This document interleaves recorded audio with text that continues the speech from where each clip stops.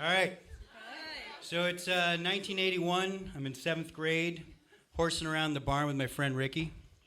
And I'm standing next to a pile of old newspapers and magazines, been there my whole life, covered with barn dirt. And I've never wondered what they were, and I'm just curious this day. And I bend down, like flick the corner of the pages, and I see a whole lot of skin fly by. So I turn it over, and I see it's a bundle of Playboys. And I yell to my friend, "Ricky, get in here!" And he comes running in. I'm like, "Jesus, we got to get this down to my closet before my parents come home." So we start running down to the house, which is 200 feet away, inside the house, up the stairs, dump it in the closet, come back. We do this for a better part of an hour.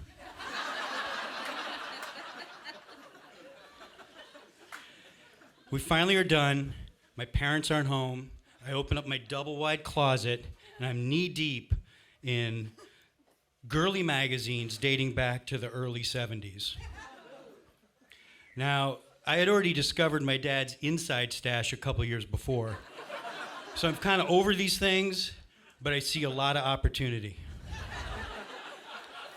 And I'm like, I know, I will take them to school and sell them. So I get a couple in my backpack the next morning. I go to school. I get rid of them real fast.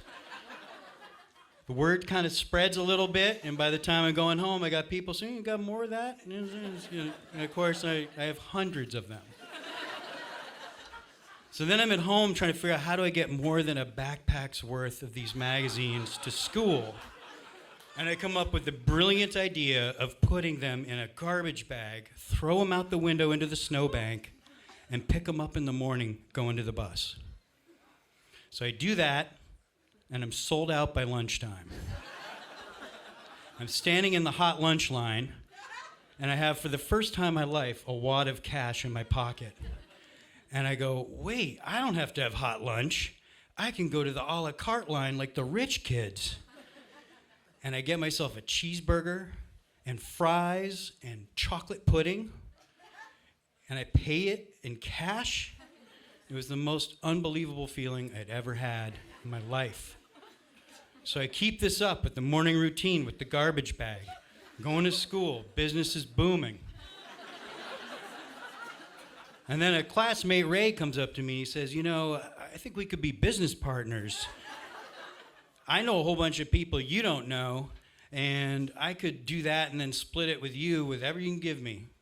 So then I'm facing a scaling problem. I can't keep up this garbage bag thing. So I decide I'm gonna cut the pictures out, sell them individually. Nobody cares about the articles. And I come up with a price scale that goes from soft at 25 cents to hard for $1. Couple of price points in between. And Ray and I are just killing it. We're just, every day I'm getting my cheeseburger. There are these scary seniors that used to terrify me in the hallways, and they're coming to me as a 7th grader because they want what I got. I feel unstoppable. So then one morning, there's a snowstorm. I got a 2-hour delay on my bus ride. I finally get into school, and something's not right. There's too many teachers and students in the main room. I walk in, and everybody's quiet and looks at me. And the first teacher I make eye contact with says, "You're wanted in the principal's office." So I go in there, and Ray's hanging his head. And it turns out a kid had been caught with our product by his parents the night before. He had spilled everything. The parents told the school. While I was on my 2-hour bus delay, the vice principal, who was a pretty epic person, was doing a ground sweep for confessions, and she gathered hundreds. So they tell me they even know about the garbage bag trick. And they say, "We're going to send a letter home to all of the kids who confessed, and you guys are suspended for 3 days." And Ray just bursts into tears. And I go home, tell my parents. My mother's furious. She's like, "Where I come from, only very, very bad people get suspended." Now, they're both gone during the day, so I spend my 3 days serving my sentence on the phone with my ex-business partner. Meanwhile, the news hits locally and nationally, and the headlines read, "Kingpins of pornography ring in Vermont high school busted."